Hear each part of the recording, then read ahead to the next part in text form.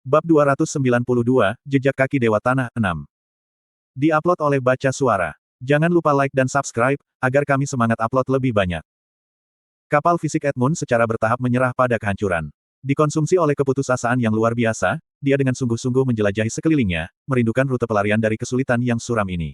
Namun, bahkan dengan kesadarannya yang meningkat ke keadaan transendensi parsial, Edmund tidak dapat menemukan cara apapun untuk bertahan di tengah-tengah keadaan mengerikan yang menelannya. Namun, jika dia meminta bantuan dan diberi bantuan, maka... Yang Mulia, Raja Iblis. Edmund memohon dengan putus asa. Bukankah Raja Iblis penahanan benci kehilangan bawahan yang luar biasa? Edmund memegang keyakinan yang tak tergoyahkan dalam kelayakannya sendiri. Daripada dikumpulkan sebagai jiwa setelah kematian, dia lebih suka menjalani hidupnya untuk Raja Iblis untuk memenuhi kesetiaannya. Tolong, kumohon, pinta Edmund. Sayangnya, permohonannya tidak dijawab, dan kenyataan pahit yang dia hadapi menyebabkan Edmund menjadi semakin putus asa. Raja Iblis penahanan telah memungkinkan Edmund untuk mengejar transformasi menjadi Raja Iblis. Faktanya, Raja Iblis telah memenuhi permintaan Edmund dan memberinya kekuatan gelap. Meskipun demikian, Raja Iblis penahanan mempertahankan sikap aneh, menahan diri dari bantuan langsung atau campur tangan dalam upaya Edmund. Bahkan jika Edmund berhasil menjadi Raja Iblis penahanan tidak akan ikut campur. Namun, jika Edmund gagal dan mati, Raja Iblis penahanan masih akan tetap sama sekali tidak terpengaruh, bahkan tanpa sedikit pun penyesalan. Seperti itulah Raja Iblis penahanan, dan meskipun ingin mengatakan pada dirinya sendiri sebaliknya, Edmund juga tahu kebenaran ini.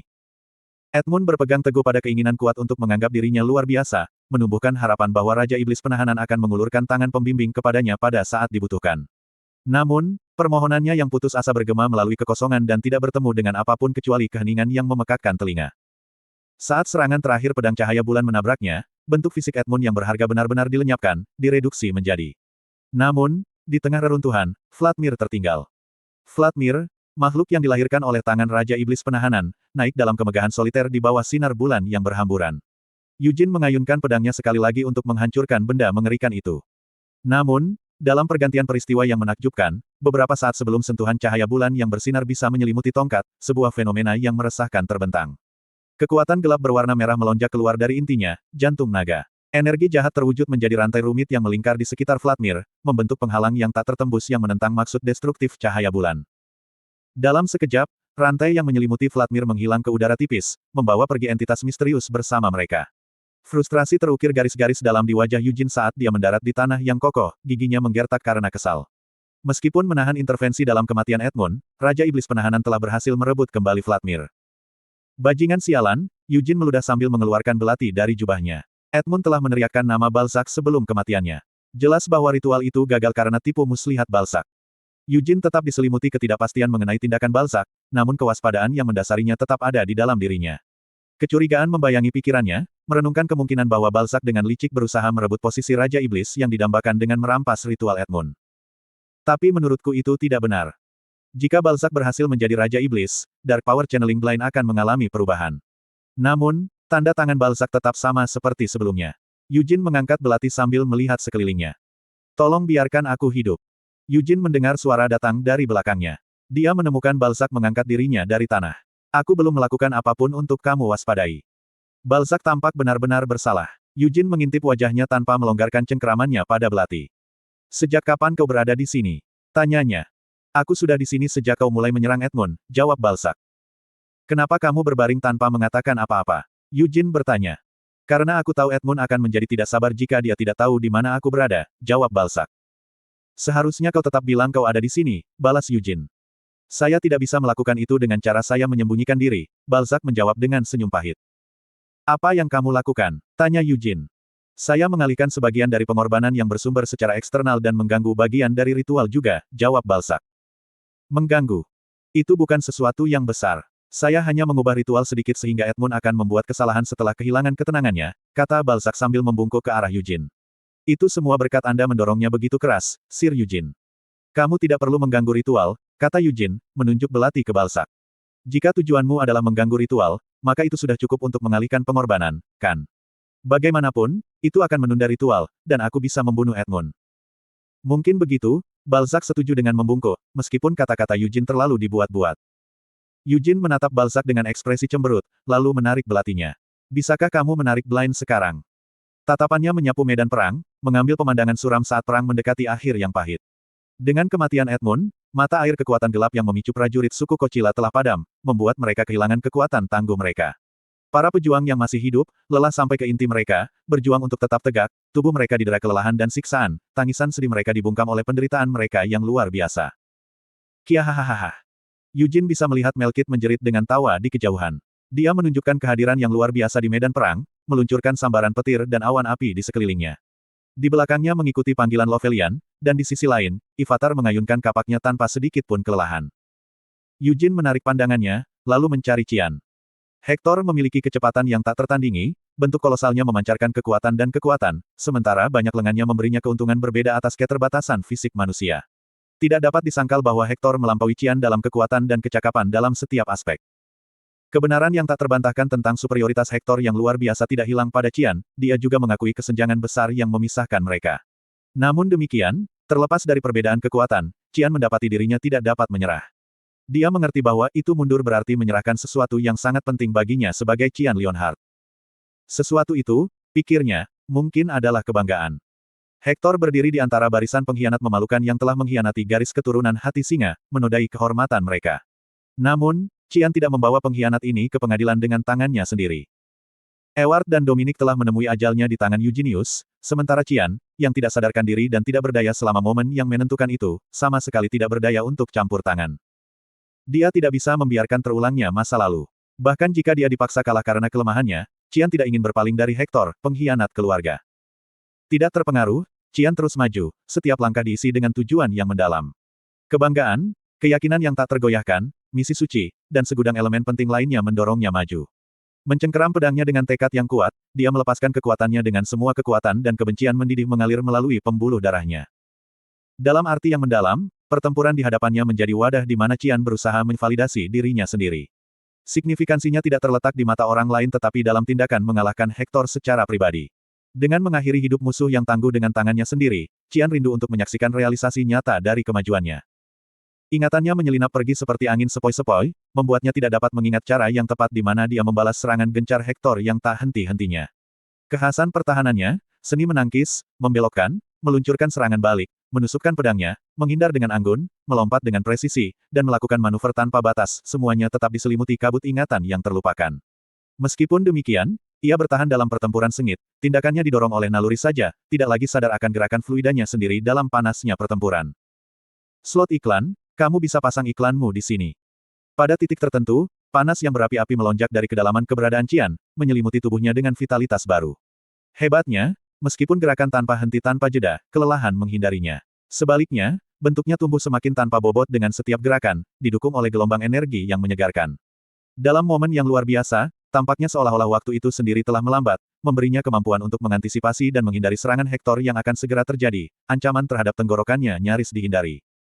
Tidak peduli berapa kali pedang Qian membelah daging Hector, musuh pengkhianat itu tetap kebal terhadap cengkeraman kematian.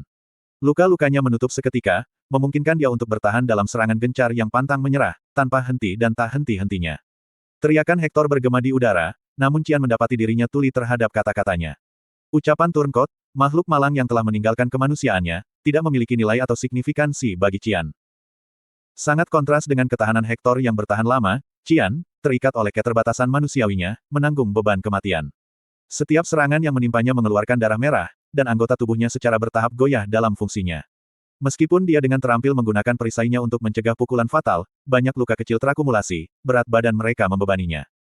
Namun, pada saat yang sangat penting, ia merasakan fenomena yang luar biasa, luka-lukanya secara ajaib diperbaiki, seolah-olah tersapu oleh sentuhan sihir ilahi yang baik hati. Menjadi jelas bahwa Christina telah menganugerahkan kekuatan penyembuhannya kepadanya. Diliputi oleh rasa syukur, hati Qian membengkak dengan penghargaan atas campur tangan ilahi ini. Pedangnya patah. Dia mengganti pedangnya dengan kekuatan pedang, tetapi penghancuran senjatanya menyebabkan serangannya menjadi dangkal. Dark Power Hector mengimbangi dan melemahkan kekuatan pedang Qian. Ada banyak pedang di sekitarnya, dulunya milik prajurit yang sekarang sudah meninggal. Namun, Qian tidak punya waktu untuk mengambil senjata baru. Yang mengejutkannya, kebutuhan akan bantuan menghilang seolah-olah oleh takdir. Dengan cepat, pedang terwujud di hadapannya, kehadirannya yang berkilauan tak terbantahkan. Itu tidak lain adalah Winit, pedang badai, senjata yang digunakan Eugene untuk pertama kalinya dalam batas-batas rumah Leonhard. Tanpa ragu sedikit pun, tangan Qian secara naluriah menutup gagang pedang. Hei, Qian berbicara sambil berdiri diam seperti patung, bingung. Hector sudah mati. Rincian kematian Hector menghindari ingatan Qian, dikaburkan oleh selubung ketidakpastian. Dari saat tangannya menggenggam gagang Winit, ingatannya menjadi kabur. Dia hanya tahu bahwa dia telah bertarung dengan baik. Bahkan sebelum kedatangan Winit yang tak terduga, keterampilan tempurnya telah menunjukkan peningkatan yang luar biasa. Namun, ketika saatnya tiba, ketika dia memberikan pukulan fatal pada Hector, sensasi aneh menyelimuti dirinya. Seolah-olah, dia tidak menjadi dirinya sendiri pada akhirnya. Dia masih samar-samar berhubungan dengan kenyataan. Meskipun ingatannya samar, dialah yang membunuh Hector. Qian berpikir bahwa dia telah melewati batasnya selama pertarungan. Dia menjadi lebih kuat. Dia bisa menjadi lebih kuat. Qian menatap mayat Hector. Hector telah meneriakkan sesuatu pada saat kematian, tetapi seperti sebelumnya, kata-katanya telah tuli di telinga Qian. Dia tidak berniat mendengarkan kehendak monster. Setelah beberapa saat, Qian mengalihkan pandangannya ke Winit, yang masih dalam genggamannya. Dia berusaha menyembunyikan senyum yang mengancam ke permukaan dan menoleh. Apakah kamu melihat itu? Namun, usahanya. Saat dia menoleh, dia akhirnya langsung tersenyum. Qian melanjutkan sambil menyeringai sambil menatap Yujin. Kamu melihatnya, kan? Itu sebabnya kamu mengirimiku Winit karena kamu melihatnya. Ya, jawab Yujin. Kau tahu, agak memalukan untuk mengatakannya, tapi aku bertarung dengan sangat baik. Benarkah? Aku merasa seperti bukan diriku sendiri ketika aku mengayunkan pedangku. Hector itu mengayunkan lengannya seperti ini, tapi tidak ada yang menyentuhku, lanjut Qian. Kurasa mereka cukup menyentuhmu, jawab Yujin. Seragam Qian berlumuran darah. Setelah mendengar komentar Yujin, Qian menggapai-gapai lengannya. Itu bukan darahku. Ini milik Hector dan, itu darah orang lain yang aku bunuh. Dengar, saya tidak memiliki goresan di tubuh saya, kata Qian. Ada, tapi kamu dirawat, Yujin menunjukkan. Apapun masalahnya, tidak ada luka sekarang, kan? Jadi, bagaimana? Tanya Qian. Kamu bertarung dengan baik, jawab Yujin. Itu saja, tidak bisakah kamu mengatakan sesuatu lagi? Lihat di sini, aku membunuh Hector. Teriak Qian. Kerja bagus. Saya pikir ada sesuatu yang berubah tentang formula api putih juga. Bagaimana saya bisa mengatakannya? Rasanya seperti saya berada tepat di tengah-tengah bintang 4 dan 5. Tidak, saya merasa seperti saya lebih dekat dengan 5 bintang. Aku bisa merasakannya. Saya pikir saya akan mencapai 5 bintang jika saya melangkah lebih jauh, kata Qian dengan penuh semangat. Yujin mengangguk, merasa sedikit puas dengan apa yang dilihatnya. Kamu telah tumbuh banyak. Apa yang kau katakan? Saya selalu dewasa. Qian berdehem sebelum menjawab. Dia merasa agak malu setelah mendengar pujian Yujin. Keduanya seumuran, dan secara teknis, Qian sedikit lebih tua dari Yujin beberapa bulan. Meski begitu, ada saat-saat ketika Yujin bertingkah seperti orang tua. Biasanya, saat itulah dia bertindak kuno dan mengomel, tapi rasanya tidak terlalu buruk mendengar pujian seperti ini. Ini, Qian mendecakkan bibirnya dengan penyesalan saat mengembalikan Winit. Itu adalah pedang yang bagus. Angin, akan menembak seperti kekuatan pedang. Aku tidak memberikannya padamu, kata Yujin datar. Apakah saya bertanya? Meskipun Qian dalam hati berharap untuk menggunakan pedang sekali lagi di masa depan, dia memastikan untuk menyembunyikan pikirannya. Aku tidak percaya kamu mengizinkan seseorang tanpa kontrak untuk menggunakan Winit. Begitu Yujin menerima Winit, dia mendengar Tempest mengeluh. Mempertimbangkan itu, kamu cukup membantunya sedikit. Qian mungkin mati jika tidak. Seandainya dia meninggal, Hamel, apakah kamu pikir kamu akan meninggalkanku sendirian? Tentu saja tidak. Dia tidak ingin memikirkannya, tetapi jika Qian telah mati, Yujin akan menjadikannya prioritas untuk membentak Winit menjadi 2. Seolah membaca pikiran Yujin, Winit bergetar kecil. Masih. Saya tidak berpikir itu setengah buruk. Dia gagal darimu atau Fairmouth, tapi aku bisa merasakan beberapa potensi di Qian. Sepertinya dia berganti kulit, kan? Tidak cukup untuk memanggil kebangkitan, tapi ya, dia tumbuh cukup kuat untuk menghancurkan dinding. Jika dia bisa mewujudkan keadaan trans yang dia capai dalam pertempuran, maka aku pikir dia akan mendapatkan martabat dan kekuatan yang sesuai dengan nama kepala keluarga berikutnya. Tempest bergumam, lalu tiba-tiba menghela nafas. Itu karena Melkit. Dia terus mengamuk, meskipun tirai kegelapan perlahan terangkat. Prajurit suku Kocila tidak lagi melakukan perlawanan, tetapi api dan kilatnya menghancurkan mereka tanpa ampun. Aku tidak percaya bahwa manusia yang menandatangani kontrak dengan 3 Raja Roh adalah seseorang seperti itu. Bukankah kamu yang aneh sekarang? Apa katamu? Kau membencinya, tapi lihat. Raja Roh Api, Petir, dan Bumi semuanya menandatangani kontrak dengannya. Apakah Anda mengatakan bahwa mereka benar dan saya salah? Tempest berseru dengan marah. Bagaimana mungkin seseorang yang berinteraksi dengan roh telanjang menjadi sehat dalam pikiran?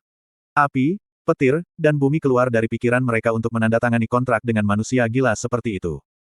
Itu bukan urusan Yujin, tapi menggoda Tempest dengan Melkit selalu membuatnya tertawa. Apakah kamu akan tinggal di sini? Tanya Qian. Dia mencuri pandang ke medan perang sambil membelai dadanya. Tampaknya seolah-olah dia tidak sepenuhnya tenang dari panasnya pertempuran. Saya pikir ini hampir berakhir, tetapi belum sepenuhnya selesai. Apa yang akan saya lakukan di sini? Kamu bisa tinggal jika kamu mau, jawab Yujin. Qian merenung sejenak tanpa menjawab. Bukan karena dia tertarik pada gagasan membunuh orang. Namun, dia ingin mengalami apa yang dia rasakan dalam pertempurannya melawan Hector sekali lagi. Ketika Anda dihadapkan pada keputusan yang sulit, terkadang yang terbaik adalah melewatinya secara langsung daripada terlalu memikirkannya. Menundanya tanpa alasan yang sah dapat menyebabkan Anda kehilangan kontak dengan esensi sejati dari pengalaman itu, saran Yujin. Qian mengangguk, lalu mengambil pedang. Yujin menyeringai saat dia melihat Qian pergi. Dia khawatir membawa Qian, tapi sekarang, dia merasa yakin dia telah membuat pilihan yang tepat. Punggung Qian terlihat sedikit lebih lebar dari sebelumnya. Akulah masalahnya. Yujin duduk sambil memijat pergelangan tangannya yang kaku. Dia tidak menggunakan ignition, tetapi itu tidak berarti dia tidak lelah. Ini adalah bagian yang penting. Dia telah menghentikan ritualnya, dan Edmund sudah mati. Perang akan segera berakhir juga. Namun, bagi Yujin, belum ada yang dilakukan. Sebaliknya, dia akan dihadapkan pada situasi kritis dan putus asa. Sienna. Namanya muncul di benaknya saat dia meraih kalungnya.